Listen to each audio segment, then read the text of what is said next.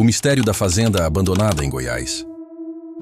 Este relato veio de Márcio, um viajante que se aventurava pelas áreas rurais de Goiás, em busca de fotografias de fazendas abandonadas.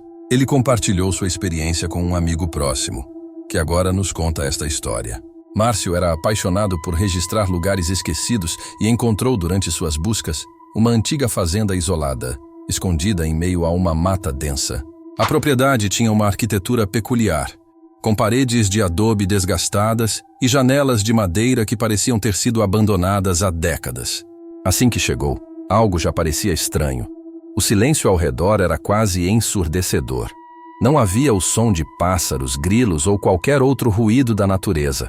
Ao entrar na casa principal, Márcio notou que os móveis antigos estavam cobertos por uma camada grossa de poeira, mas tudo parecia estar no lugar, como se os moradores tivessem partido às pressas. Em uma mesa no centro da sala, havia pratos e copos como se um jantar tivesse sido interrompido. Intrigado, ele começou a tirar fotos, mas percebeu que sua câmera estava falhando, algo que nunca acontecia. Enquanto explorava os cômodos, começou a ouvir passos acima dele, no andar superior. Pensando ser algum animal, ele subiu as escadas, que rangiam a cada passo. Quando chegou ao segundo andar, encontrou um corredor longo com várias portas fechadas. Ao tentar abrir a primeira, sentiu uma brisa fria e ouviu sussurros que pareciam dizer seu nome. Apesar do medo crescente, ele decidiu continuar.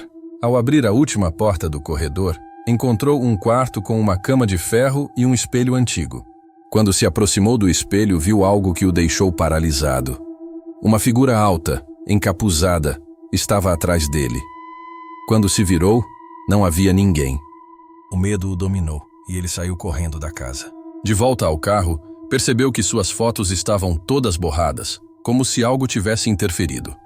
Márcio decidiu nunca mais voltar àquela fazenda e até hoje evita falar sobre o que viu. A aparição na estrada, Barcarena, no Pará.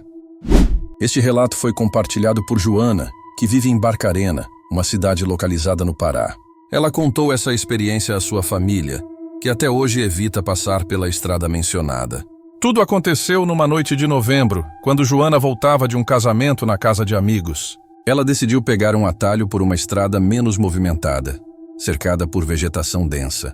O caminho, embora economizasse quase meia hora, tinha fama de ser assombrado. Ela sempre ouviu histórias, mas nunca acreditou muito. A noite estava clara, iluminada pela lua cheia, mas a estrada estava deserta e mergulhada num silêncio opressor. Conforme avançava, Joana começou a sentir um desconforto inexplicável, como se estivesse sendo observada. As árvores à beira da estrada pareciam formar sombras que se moviam a cada curva. De repente, seus faróis iluminaram uma figura parada no meio da pista.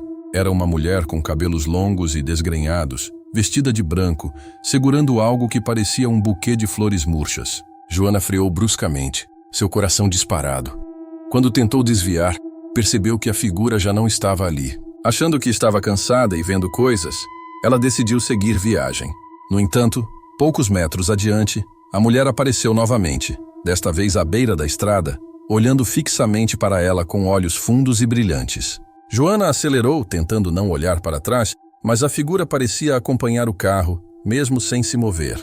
Quando finalmente chegou em casa, ainda tremendo, notou algo aterrorizante. Uma marca de mão suja, como de lama, na lateral do carro, perto da janela do motorista. Até hoje, Joana evita aquela estrada e diz que nunca conseguiu esquecer o olhar daquela mulher. O espírito da casa abandonada em Petrópolis, no Rio de Janeiro. Esse relato foi enviado por Fernando, que viveu uma experiência inexplicável enquanto explorava uma casa abandonada nos arredores de Petrópolis, na Serra Fluminense. O lugar, famoso entre os moradores locais por ser palco de eventos estranhos, sempre despertou a curiosidade dos mais corajosos. Fernando e dois amigos decidiram investigar o local durante uma tarde de inverno, atraídos pelas histórias de moradores que afirmavam ouvir vozes e ver luzes nas janelas da casa, mesmo sem energia elétrica no local. Chegaram ao casarão no fim da tarde, quando o sol já se escondia atrás das montanhas.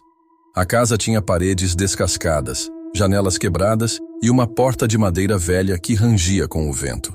Logo ao entrar, a atmosfera mudou.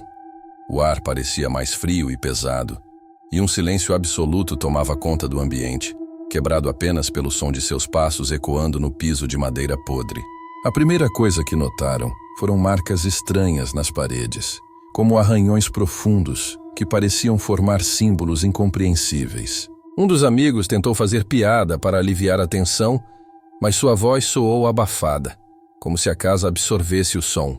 Enquanto exploravam os cômodos, Fernando sentiu um cheiro forte de algo queimado, como madeira ou tecido chamuscado, mas não encontraram nenhuma fonte para o odor.